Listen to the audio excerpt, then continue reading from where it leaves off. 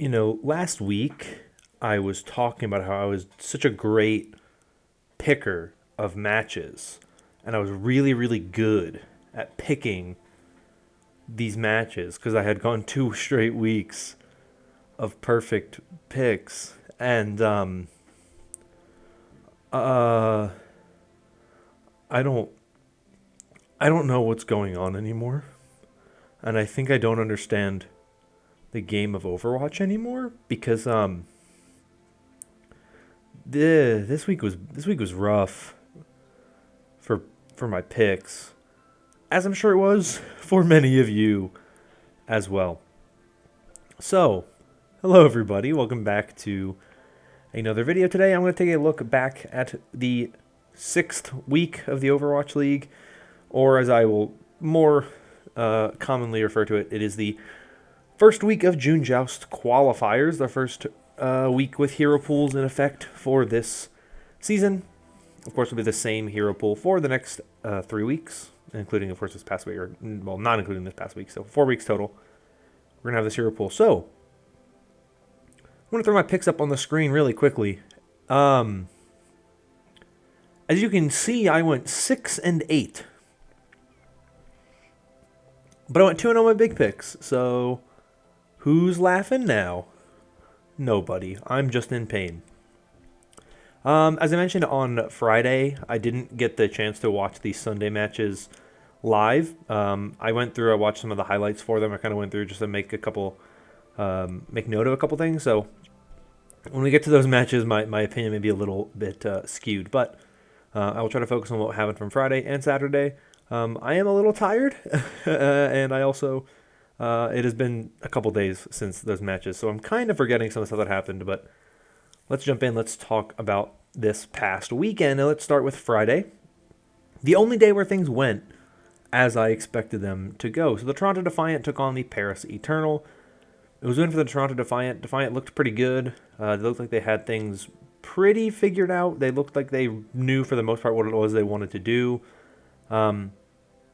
Eternal did not look incredible in that series, but I'll talk more about them with their second series. I think that's the bigger one to take away.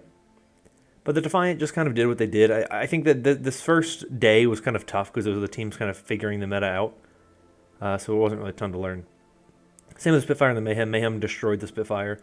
Spitfire did, I believe, win one map. They won Hybrid, with Hybrid on, so good on them. But it was, once again, just this type of situation where the Florida Mayhem just did what they thought would work, and it did. This first day, really, to me, didn't really define the meta very much, so not a whole lot to take away from there. The better teams won on those days, so not a ton to really take away from that one. As we move on to Saturday, the 3 APAC matches were very interesting. The first 2 went as we expected. The Hangzhou Spark were victorious over the Shanghai Dragons. Or no, the Guangzhou Charge. Hangzhou Spark beat the Guangzhou Charge. I'm jumping ahead a little bit. 3-1, so Charge do better than they did the last time they met. But Spark looked pretty good. A lot of Winston from them, which is pretty good. We know Gushuid likes Winston a lot. He looks very good on the Winston. Double Bubble and Dive. Mostly Winston Diva was the meta in APAC, but also some Double Bubble in there as well. But the Spark looked very good. They looked clean. It was basically just a shy show for a lot of it. He really is just kind of allowed to do whatever he wants. They get that win over the Charge. So good for them. Moving on to my first of the 2 big pick games for the week. Shanghai Dragons 3-0 the Chengdu Hunters.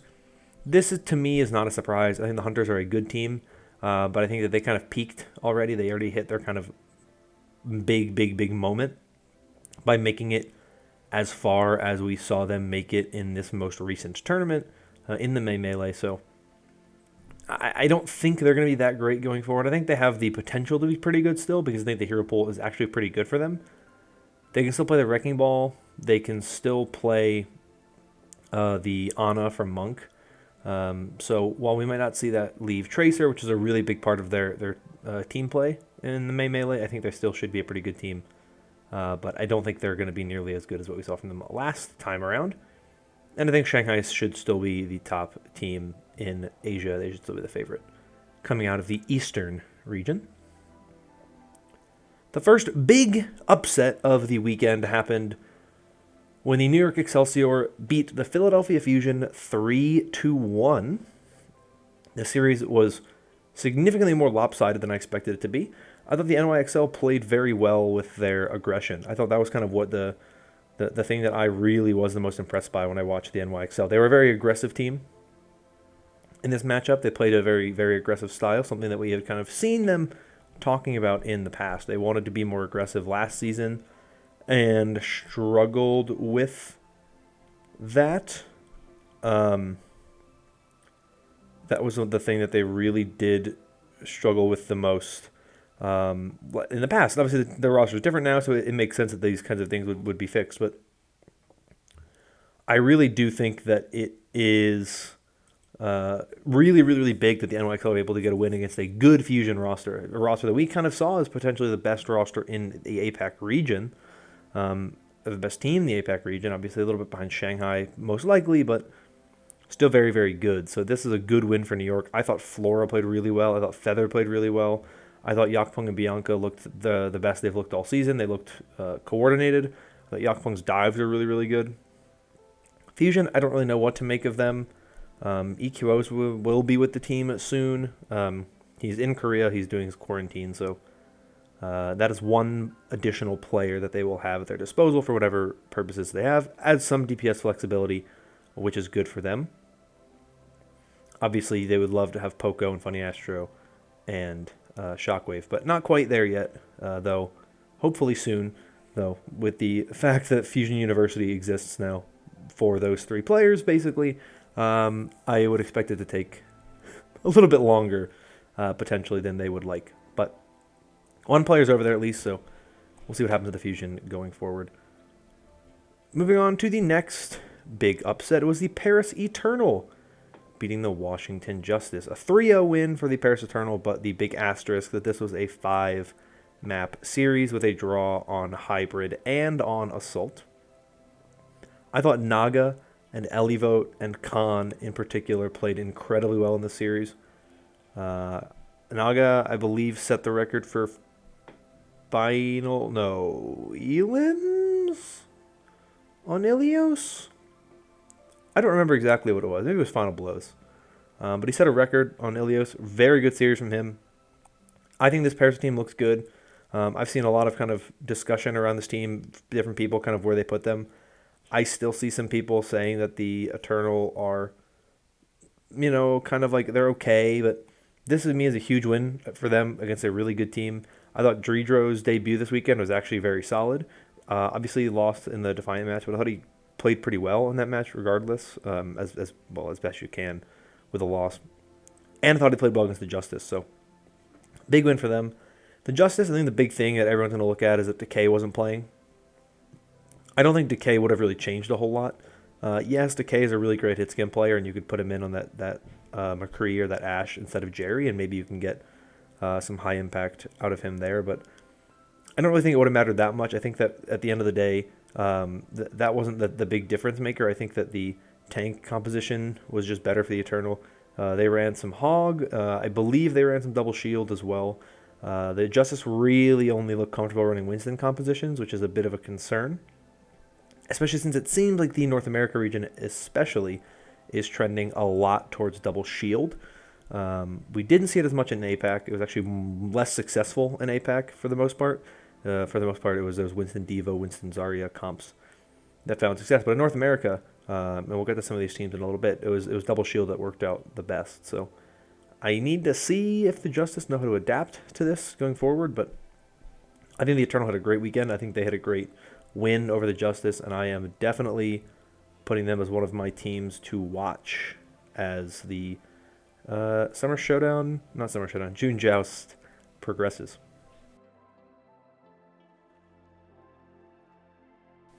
Next, we have another upset game. We have the Atlanta Reign, who beat the Houston Outlaws.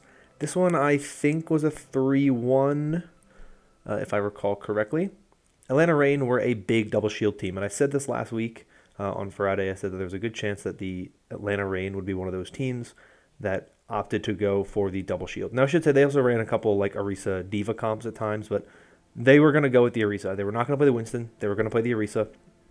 And whenever possible, they were going to try to run the double shield. And that is exactly what we saw from this team. Tons and tons and tons of double shield. And they looked very, very good running it. And I think double shield is a really good composition for this team. Gator and Hawk. For those of you who don't remember, Gator and Hawk back in 2019 were both playing for Atlanta Academy. And back in 2019, when LAN events could still happen, there was, of course, the Gauntlet tournament, which took place in Korea, where all the top contenders teams from around the world all kind of came together, compete in this tournament to crown like the best contenders team in the world. And it was the Atlanta Academy team that ended up in second place, just behind Element Mystic, which of course is the roster that featured the likes of Sparkle and Doha and Xe and Hanbin. So it was a very good Atlanta Academy team, and that was the composition that they were running a lot at the time, was a lot of the double shield. So Gator and Hawk are very good at double shield. It is one of their best compositions. I think it is arguably their best composition.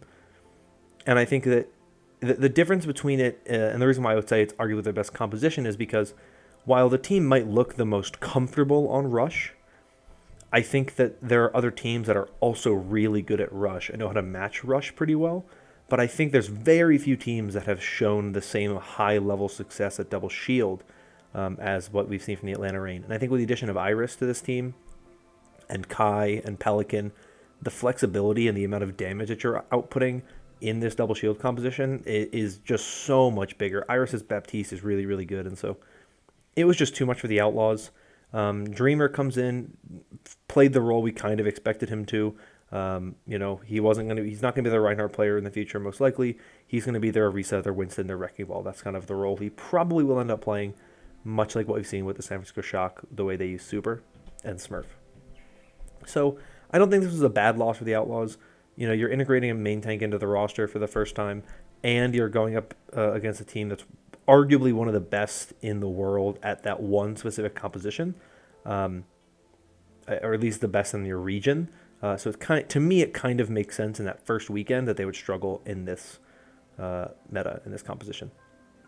The final game on Saturday was the Toronto Defiant losing to the Boston Uprising. Now, I had talked about this match as potentially being a really good match because I did think that this match had the potential to be a big kind of, I don't want to say like upset victory because I think these two teams are really, really close together, but I said this would be a match that would probably end up being pretty close. I believe it was a 3-0 for the Boston Uprising. And we got to see Gable Shi play for the first time. And I thought he looked pretty good. I thought that the team looked so much more coordinated now. I think this meta works for them a lot. I think this is a team that should be one to look at as potentially being a top-level team going into the June Joust because they have a ton of talent on this team now that has looked really, really good. So this is kind of the Boston that we expected to see. And it's good to see teams like the Eternal and the Reign and the Uprising win games because at the beginning of the season, we talked about how this season looked to be the most competitive season ever. The rosters were all stacked. They were all really, really good. This was going to kind of be the theme of the season. And for the main melee, it wasn't really seeming that way. A lot of the teams that we kind of expected to be good, some of the teams kind of surprised us, or at least surprised me, like Houston. I didn't think would be as good as they were. Philadelphia, I didn't think would be as good as they were. Chengdu. But once you kind of got through one weekend of play, you kind of knew how good everybody would be.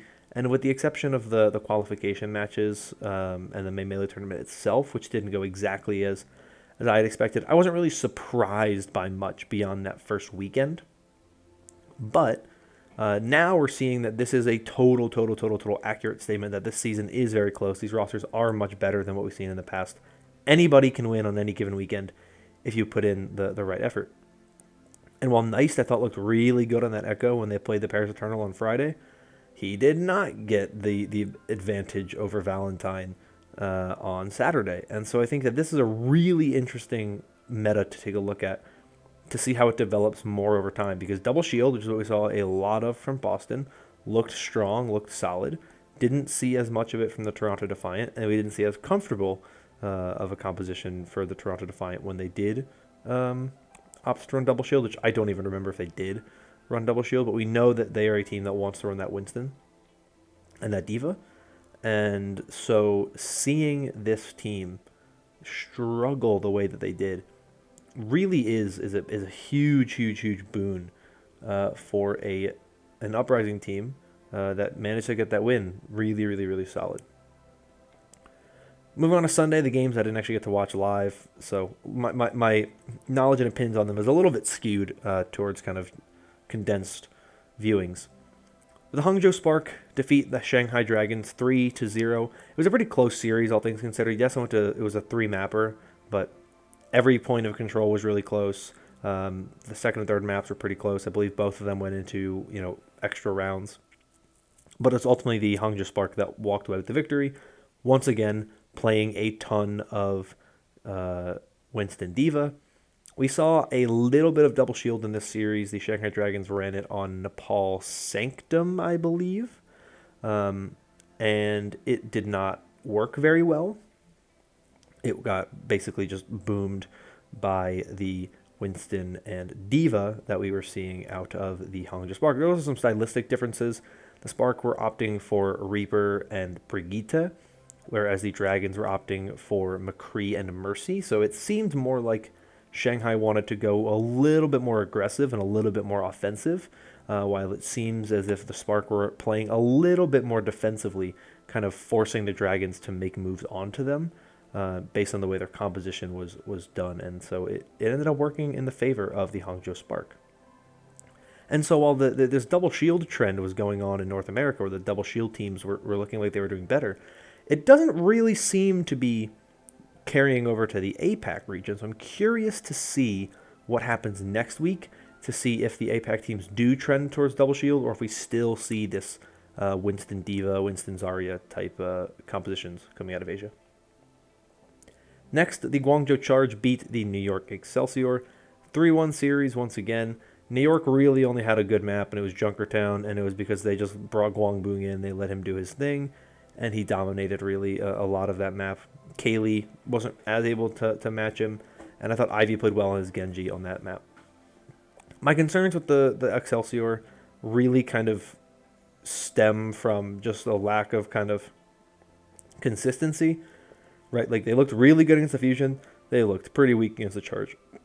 You go back to the May Melee, they looked good against Hangzhou, but they really struggled against Shanghai, and they really struggled against Chengdu. And while they looked okay when they played the Seoul Dynasty, it wasn't obviously enough for them to get a win there.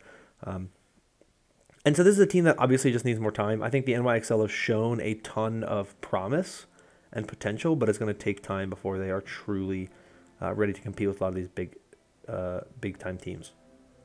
The Charge opted to run some compositions that I really found interesting.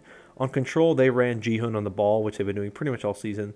They had Krong on the Zarya. I thought it was a really good composition. It worked well for them. They found a lot of success with it. And then they also opted to run some double shield at times, but typically they were running that Winston Diva as well, or that Winston Zarya. And so to me, that's kind of where my eyes are, is how much are we going to see these regions adapt to what the other region is doing, and if that has any real long-term impact on the stage. We won't know yet, but only time, I guess, will tell for that one. Final match from the APAC region for the week was the Philadelphia Fusion falling to the Chengdu Hunters, so 3-1. It was a 5-map series with a draw on Temple of Anubis. This one, to me, was really just the Fusion just are looking a little weak right now. I don't really know if it's the meta. Mono and Hoppa did not look as good as they had done previously. It was a much more difficult transition for them into this one, and I think Double Shield is something that could work for them. I think Hoppa has a really good Sigma. I think it's arguably his best hero. And so I kind of look at this match and I just say, the Chengdu Hunters have their place and they have their styles where they look really good and they have their moments where they are better than other teams, but I have some consistency issues with them as well. Ultimately, I think both of these teams have what it takes to kind of make a deeper run. Obviously, Fusion going 0-2, it's going to be a bit of a struggle. Hunters going 1-1, they can definitely make a 3-1 tournament stage and then have a chance there. So I think it's interesting. I think this is an interesting series. But I was more concerned about Chengdu than what ended up actually happening. I thought they were going to struggle without having Tracer in the lineup, but they looked pretty good, so good on them. Moving on to North America, finally we get to a match that I actually predicted right once again. The Atlanta Reign beating the London Spitfire. I've said this once or twice before. I think the London Spitfire are the worst team in North America right now.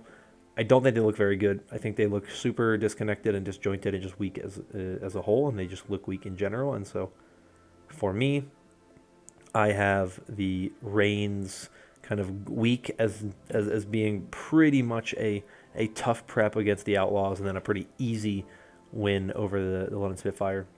Atlanta looked pretty good once again, double shield a lot of the time whenever possible. Obviously the occasional, Orisa Diva on certain points.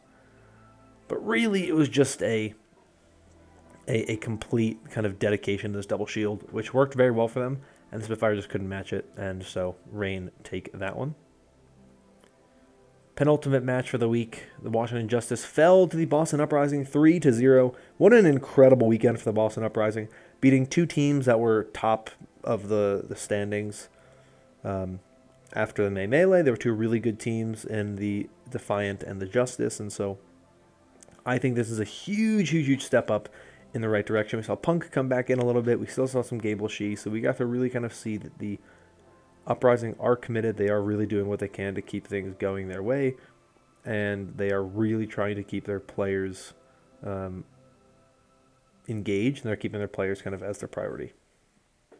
Final match of the week, though, was my big pick game, Florida Mayhem taking on the Houston Outlaws. Houston Outlaws win this one in a 3-1. I actually felt pretty unconfident about this pick. I probably would have changed it if I hadn't been, traveling when these matches are going on. I probably would have changed it to the Florida Mayhem because I thought that they had the higher chance of success, since it seemed like Echo might be meta with either like an Ashe or, something like that. And if that were the case, one, you have Checkmate potentially to play the Echo if you need be, but also you can put Yaki on the Echo and you can put BQB on, the Ashe, and you'll figure it out. You'll be pretty good. So this is a good win there for the Outlaws, though. Dreamer played well. This is once again double shield, which is dominating North America. And it really does, for me, beg the question of which composition will be the better composition by the time the June Joust comes around. I have some pretty strong opinions on some of the teams that we will see next week, and so I will reserve those for then. But there are a lot of people that I feel are kind of writing off what we've seen from the Houston Outlaws. Because, they lost 2 games in a row, obviously. They lost in the May-Melee qualifiers to Dallas Fuel, and then they lost, of course, to the Atlanta Reign. But I think that they were not running a composition they're super comfortable with, and I think that they're going to start getting a better grasp on the meta. They've already started developing one, obviously, but getting a win over a really good Mayhem team. And Dreamer, fun fact, he tweeted about it, but he's never lost to the Florida Mayhem, so good on him. This is an interesting week. Obviously, a lot happened that nobody expected. And so because of that, I think this really is kind of showing us how close the season will end up being. Teams we thought were going to be really, really good, that we thought would kind of be dominating other teams, may actually be worse than that, and may actually be kind of in the middle of the pack overall, sticking close with everybody. Who knows yet? But it'll be exciting to see. And I cannot wait for this upcoming weekend where we get more matches. So that is all for me for today. Thank you so much for watching. Let me know your thoughts down below on anything I talked about today. Sorry if my energy is a little bit low or a little bit off. Like I said, I traveled on Sunday. I'm recording this video on Monday, and I am not 100% right now. I'm feeling a little off. I didn't get a lot of sleep, so hopefully for Wednesday and Friday things will be a little bit better. So that is that for me. Like I said, thank you once again. If you want more videos like this in the future, consider liking and subscribing. Hope you're all staying safe and staying healthy. And until next time, bye-bye.